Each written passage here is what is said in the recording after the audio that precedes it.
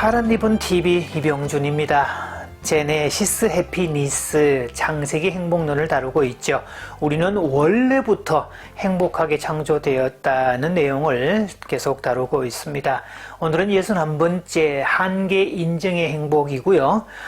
최초의 인간 아담을 시험했던 이 사탄의 세 가지 시험에 대해서 살펴보고 있습니다. 그 중에 오늘 제3시험 하나님처럼 될 거야, 여기에 대한 솔루션이 되겠네요. 자신에게도 박수를 보내자. 자신에게 박수를 보낼 줄 안다면 하나님처럼 될 거야 라는 시험에 빠지지 않을 수 있다는 뜻입니다. 코로나가 발생한 지 벌써 2년이 돼가고 있는데요. 처음 코로나가 발생되고 그해 2월부터 저희 부부는 TV조선에서 시행하는 내일은 미스터 트롯을 얼마나 열심히 시청을 했는가 모릅니다. 노래를 들으면서 많이 울기도 했고 투표를 하기도 했고 그 모든 과정들을 쭉 기억해 왔었는데요. 그 이후에 내일은 미스터 트롯도 유심히 지켜봤고 작년에 끝난 내일은 국민 가수 이 과정도 유심히 지켜보았습니다. TV조선이 참 잘하고 있다. 저희 부부는 늘 그 부분에 대해서 칭찬을 하고 잘하고 있다고 늘 인정을 하는데요.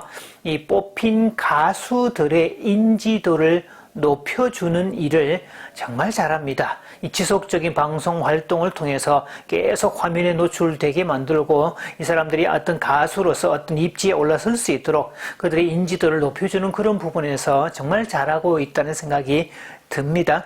여기에는요, 더 잘하고 있는 것은 1등만이 아니라 그 마지막 결승전에 올라갔던 탑 7까지 다 출연 기회를 주고 거의 동등한 수준으로 이렇게 높여주고 인지도를 만들어주는 것을 보는데요. 심지어는 결승전에 올라간 탑 7뿐만이 아니라 레인보우 7까지, 그러니까 준결승에 오른 사람들까지, 또 혹은 준결승에 오르지 못한 사람이라도 그 중에 좀 독특한 사람들, 좀 특별한 사람들은 출연할 기회를 만들어 주어서 어떤 가수로서 입지를 잘 구축할 수 있도록 이렇게 만들어주고 있습니다. 이번에 국민가수를 시행을 할 때 다른 방송사, 다른 곳에서 하는 오디션에 출연을 했는데 거기서 어떤 좋은 성적을 거두었음에도 불구하고 그 이후에 뒤처리가 안 돼서 이를테면 우승자임에도 불구하고 거기에 방송을 한다든지 무슨 인터뷰가 있다든지 가수로서 어떤 입지도 만들어주지 않아서 또 이 프로그램에 신청했다는 사람들도 들어있었죠. 자, 그랬던 사람들 중에도 계속 방송에 출연하고 인지도를 높여가는 모습을 지켜봅니다. 1등을 한 사람이야 당연히 어떤 혜택이 주어지겠죠. 상금은 물론이고 또 1등이라는 그 입지도 있고 여러 가지 그로 인해서 광고라든지 방송 출연이라든지 인기도라든지 기타 등등 아마 여러 가지 혜택들을 받게 될 겁니다. 자, 그런데요, TV조선에서 잘하고 있다고 말씀드리는 이유는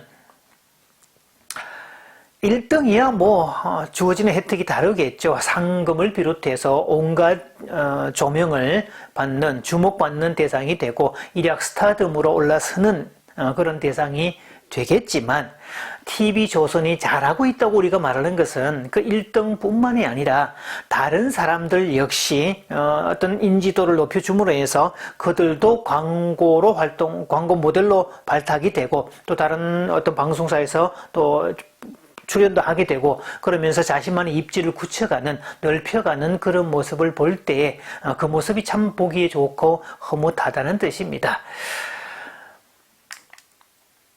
2021년 작년에 내일은 국민가수는 아주 상금이, 우승자의 상금이 3억이라는 아주 그런 놀라운 결과들도 있었습니다. 그래서 제 아내는 그 광경을 지켜보면서 1등에게만 3억을 주고 나머지 2등은 어떻게 국물도 없는 그런 시스템을 만들었을까라면서 차라리 그 상금을 좀 나누어 주었으면 어떨까라고 얘기를 하는데요.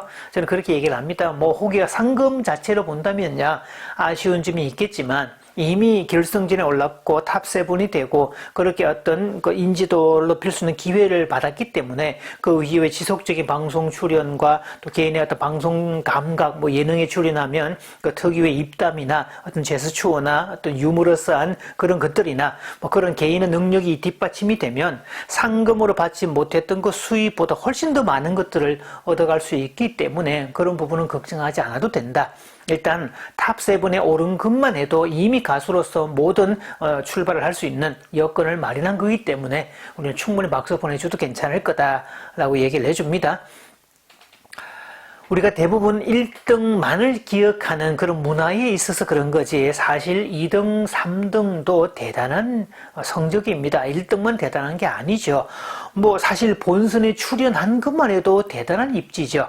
그래서 방송에 나오고 본선에 출연한다는 말은 그 이전에 수많은 오디션의 단계를 거쳐 왔다는 뜻이고 최종 100명에까지 뽑혔다는 말은 어느 정도 실력이 입증되었다는 것이고요. 그래서 일단 방송에 출연했다는 것은 뭐 노래로 보면 어느 정도 어떤 실력을 갖추었다고 그렇게 말해도 결코 과언이 아닐 겁니다. 자, 그런 부분에서 뽑힌 사람들이나 또 나중에 최종 이렇게 탑7이 된 사람들이나 그런 사람들은 자신의 한계를 인정하되 물론 거기서 자포자기를 하거나 자기 비하를 할 필요는 없습니다. 끊임없이 향상을 추구하고 완벽을 추구해 가되 스스로에게도 박수를 보낼 줄 아는 사람이어야 진정한 승자가 아닐까 싶습니다.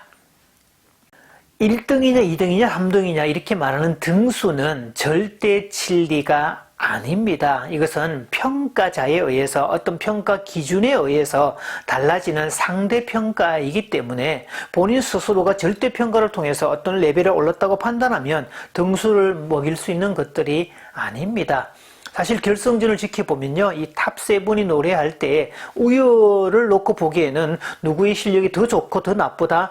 사실 그렇게 판단하기는 글쎄요, 뭐 까맣기가 돼서 그런지는 모르겠지만 저는 잘 모르겠습니다. 오히려 그냥 각자의 색깔, 자기만의 색깔, 자기만의 구성, 어떤 각자의 느낌들이 다 좋아서 뭐 각자가 나름대로 다 좋은 건데 그러면 절대 기준으로 보면 상대평가가 아니라 절대평가로 보면 각자가 다 좋은 그런 모습이 될 수 있다는 거죠. 또 출연자들도 가끔 그런 얘기도 하죠. 인터뷰할 때 혹은 뭐 결승에 출까지 못했지만 어떤 자신의 목표했던 최종 단계까지는 못 갔지만 중간에 떨어졌더라도 자신의 의도했던 자신의 기대 이상으로 이렇게 좋은 결과가 있었고 자신은 무대에서 자신이 보여줄 수 있는 최상의 것을 보여주었기 때문에 자기는 어떤 미련도 없다. 스스로에게 박수를 보내는 그런 모습일 겁니다. 참 그런 모습을 볼 때 참 흐뭇하고 미소를 짓게 만들죠. 자, 그런 부분에서 인정과 칭찬이 좀 인색한, 많이 부족한 이 한국 문화, 우리 문화는 한 번쯤 생각해 볼 필요가 있습니다. 우리는 되게 타인의 업적이나 성취에 대해서 인정의 박수를 잘 보내지 않습니다. 그래서 타인이 잘했다는 것, 타인의 업적과 성취에 대해서 인정할 거 인정하고 박수 보낼 때 박수 보내주는 것도 필요하죠. 자, 이 오디션 프로그램에서 1등은 노래만이 아니라 선곡에 대한 안목이 아주 중요하게 부각됩니다. 노래 실력은 월등하게 뛰어난데 선곡에 실패해서 밀려나는 사람도 있고 노래 실력은 다소 부족할지라도 적재적소에 딱 맞는 알맞는 선곡을 해서 자신의 입지를 높여가는 사람도 있죠. 그래서 어떤 자신만의 색깔, 자신이 잘할 수 있는 것이 무엇인지, 자기가 어떤 부분에서 자기를 부각시킬 수 있는 건지 그런 것들을 잘 알고 또 마스터들이 어떤 평가를 내릴 건지 그런 것들도 잘 파악을 하는 그런 센스가 있다는 뜻이죠. 또 실제로 마스터들도 어떤 노래를 부를 때 교과서 같이 어떤 가수를 모방한다든지 어떤 교과서처럼 그렇게 부르는 잘 부르는 것만을 원하는 게 아니라 자기만의 어떤 독특한 해석, 자기만의 색깔, 자기만의 분위기, 그 독특함을 내는 것, 유니크한 모습을 보여주는 것에 훨씬 더 많은 점수를 주고 있습니다. 그래서 가수란 단순히 노래하는 사람만을 지칭하는 것은 아닙니다. 오히려 사람들과 소통할 수 있는, 마음과 마음을 연결할 수 있는 그런 소통 능력이 더 큰 기능으로 부각되는 그런 사람이어야 진정한 가수라고 할 수 있겠죠. 자, 마치면서 질문 2가지 드립니다. 첫째, 나 많이 잘할 수 있는 것은 무엇일까요? 또 두 번째, 등수에 연연하지 않으려면 어떻게 해야 될까요?